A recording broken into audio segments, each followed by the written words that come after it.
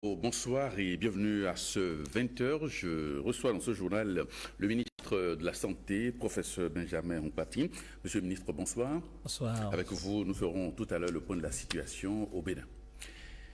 Les mesures prises pour lutter, pour empêcher la propagation du virus Covid-19 se poursuivent, mais avec une allure plus rapide. Le gouvernement a aidé des ressortissants nigérians surpris par la fermeture de la frontière au Togo à retourner dans leur pays. Alors, comment s'est déroulée l'escorte jusqu'à la traversée de la frontière Sémékraké?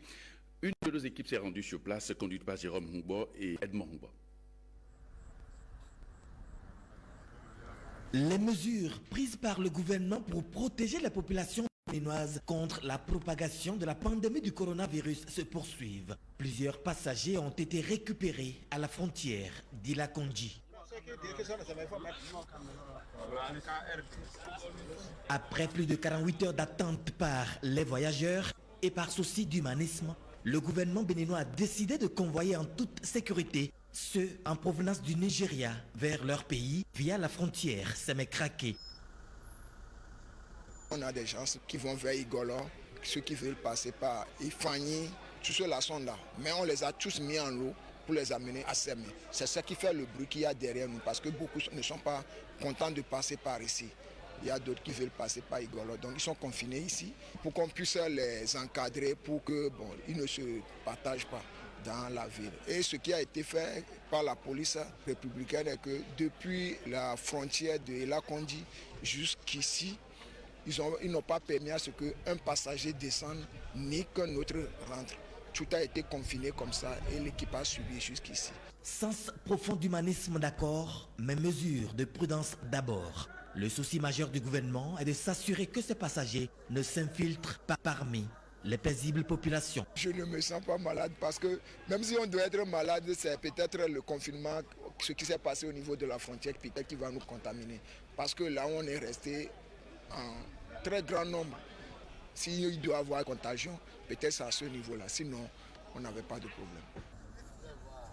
La mise en quarantaine des autres passagers, notamment ivoiriens, burkinabés et béninois, a été effectuée sur place dans un hôtel de Grand Popo. Et justement, au poste frontalier de Ila-Kondji, plusieurs vagues de voyageurs restent bloquées. Le gouvernement, bien qu'attaché à ces décisions préventives, les a autorisés à passer pour des raisons sociales, mais à une seule condition. Ils sont mis en quarantaine. Voici le constat fait sur place par Lenek Agbazaou à la frontière Bénin-Togo. Ils ne savent pas à quel sein se vouer ces citoyens de la sous-région ouest africaine qui veulent passer la frontière. Ils se sont retrouvés dans le No Man's Land entre le Bénin et le Togo à un moment où les mesures de restriction au niveau des frontières sont déjà en vigueur. Le Bénin, bien qu'ayant pris la décision de ne laisser fouler son sol qu'en cas d'extrême nécessité, ne peut rester insensible à leur sort. Par humanisme, les premières vagues de passagers en partance pour le Nigeria ont été convoyées vers la frontière de Kraké par les forces de l'ordre après observance des mesures préventives. Pour contrôler le reste du flux inhabituel de voyageurs, les autorités béninoises, par ces temps de coronavirus, ont décidé de leur confinement systématique dans un hôtel de Grand Popo. Dans le hall de l'hôtel, ça grouille de monde. Les voyageurs se bousculent pour remplir les formalités. Moi, j'ai quitté Accra. Et en venant à Cotonou, le Bénin, à la frontière, ils nous ont dit qu'ils ont fermé les frontières. Donc on est là. Ils ont dit que les agents de santé vont venir nous prendre notre température d'abord. Ces voyageurs en provenance du Togo, du Burkina Faso, de la Côte d'Ivoire et du Ghana vont bénéficier d'un suivi rigoureux pendant 14 jours avec l'accompagnement des agents de santé pour la détection d'éventuels cas suspects. C'est tous qui sont mis en quarantaine, mais par exemple, il y a des gens qui sont de Grand Popo qui sont dedans, mais qui sont de l'autre côté de la frontière.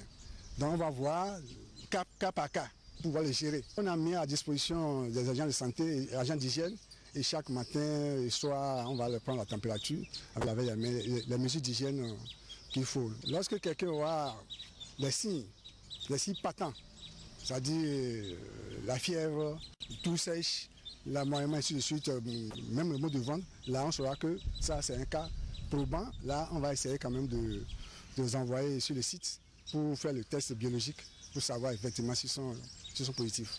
Il ne doit pas sortir de la chambre. Il doit rester là. Les éventuels cas de Covid-19 qui seront détectés seront pris en charge à Cotonou, au centre d'isolement et de traitement.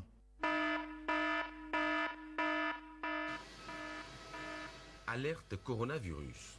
Vous êtes récemment rentré d'un pays touché par la pandémie du coronavirus, vous avez été en contact avec quelqu'un qui est dans ce cas et vous ressentez de la fièvre, vous toussez ou vous avez des difficultés respiratoires, que faire? Voici les bons gestes qui sauvent.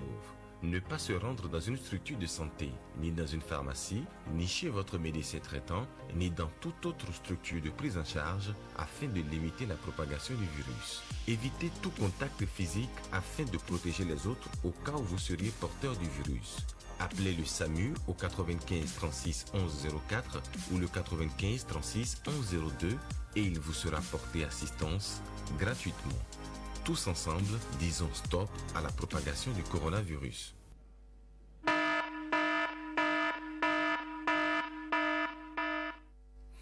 Professeur Benjamin Mpati, bonsoir. Bonsoir. Alors, quelle est la situation aujourd'hui au Bénin par rapport à cette pandémie? Merci. La situation au Bénin aujourd'hui par rapport à cette pandémie, c'est que nous avons eu des cas confirmés et qui sont actuellement pris en charge sur le site prévu à cet effet. Ils vont très bien. Ils n'ont plus de signes cliniques particuliers par rapport à ce qui les a amenés sur le site après le démarrage du protocole mis en place. Donc, tout va très bien de ce côté. De l'autre côté également, tous les contacts qu'ils ont pu avoir avec des sujets ont été identifiés et mis en quarantaine systématique. Donc, du point de vue des patients qui ont été identifiés et des contacts, tout est sous contrôle. De l'autre côté également, comme vous avez pu le constater dans l'élément qui est passé, depuis que le gouvernement a eu à prendre la mesure de mise en quarantaine systématique depuis le jeudi 19 mars 2020, à partir de 0h, tous les passagers venant déjà par voie aérienne sont mis en quarantaine systématique dans les sites hôteliers identifiés à cet effet. Et depuis, disons, 112 heures, nous sommes confrontés, après la fermeture des frontières terrestres de tous les pays qui nous entourent, à la gestion des passagers béninois et même d'autres pays qui sont bloqués à ces frontières. Et le gouvernement a pris la mesure des choses et a organisé leur transbordement vers leur pays d'origine et au confinement des passagers de nationalité béninoise ou des résidents béninois qui sont à ces frontières. Et tout se passe pour le mieux. Alors, professeur Mpati, sur les réseaux sociaux, il y a de folles rumeurs qui font état de nouveaux cas. Qu'en est-il concrètement? Il y a beaucoup de rumeurs sur les réseaux sociaux. Il y a beaucoup de rumeurs, beaucoup de fake news sur les réseaux sociaux. Je dois dire que quand nous avons des cas suspects, ça ne signifie pas forcément que c'est des cas confirmés. Nous avons des cas suspects, certes, nous leur faisons un prélèvement, et même si ça s'avère positif au premier coup, on recontrôle encore pour nous assurer vraiment que le résultat est vrai, parce qu'il ne faudrait pas classer quelqu'un comme cas positif de façon erronée. Alors, vous avez enregistré de nouveaux cas suspects? Nous avons des cas suspects. Nous avons des cas suspects qui viennent, qui ayant été en voyage, présentant des signes. La majorité, c'est des cas qui sont venus de voyage, qui sont soit en autoconfinement, soit en quarantaine, qui présentent des signes dont nous les amenons systématiquement au niveau du site de prise en charge, ou lorsqu'ils sont en autoconfinement, nous déployons parfois une équipe de prélèvement à domicile pour faire le prélèvement et vérifier s'ils ne sont pas déjà effectivement contaminés.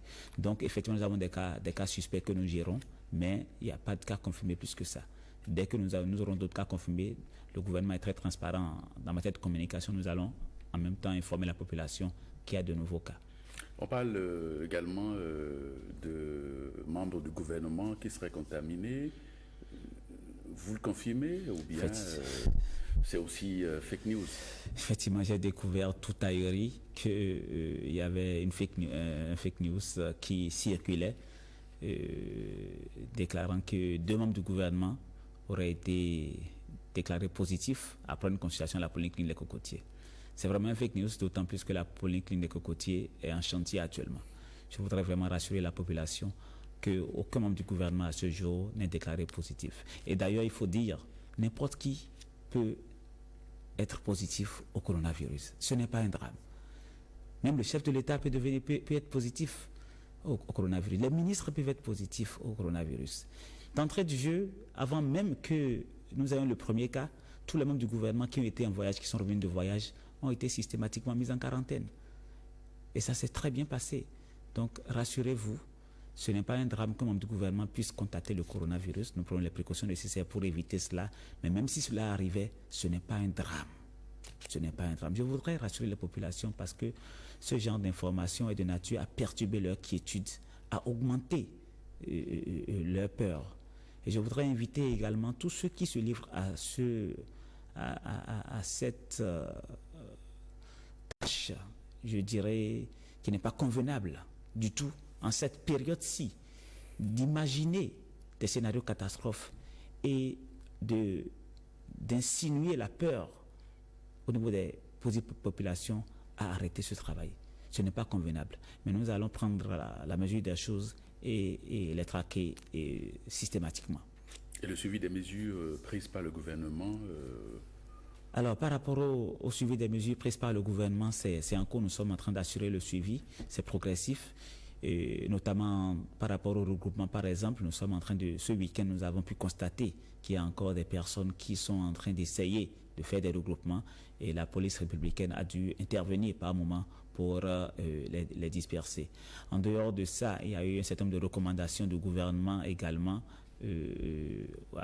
lors de son conseil extraordinaire des ministres et qui ont fait l'objet de discussions, notamment avec les confessions religieuses, ce qui a abouti ce jour à ce que ces confessions puissent, de manière synchrone avec le gouvernement, décider de la fermeture des lieux de culte.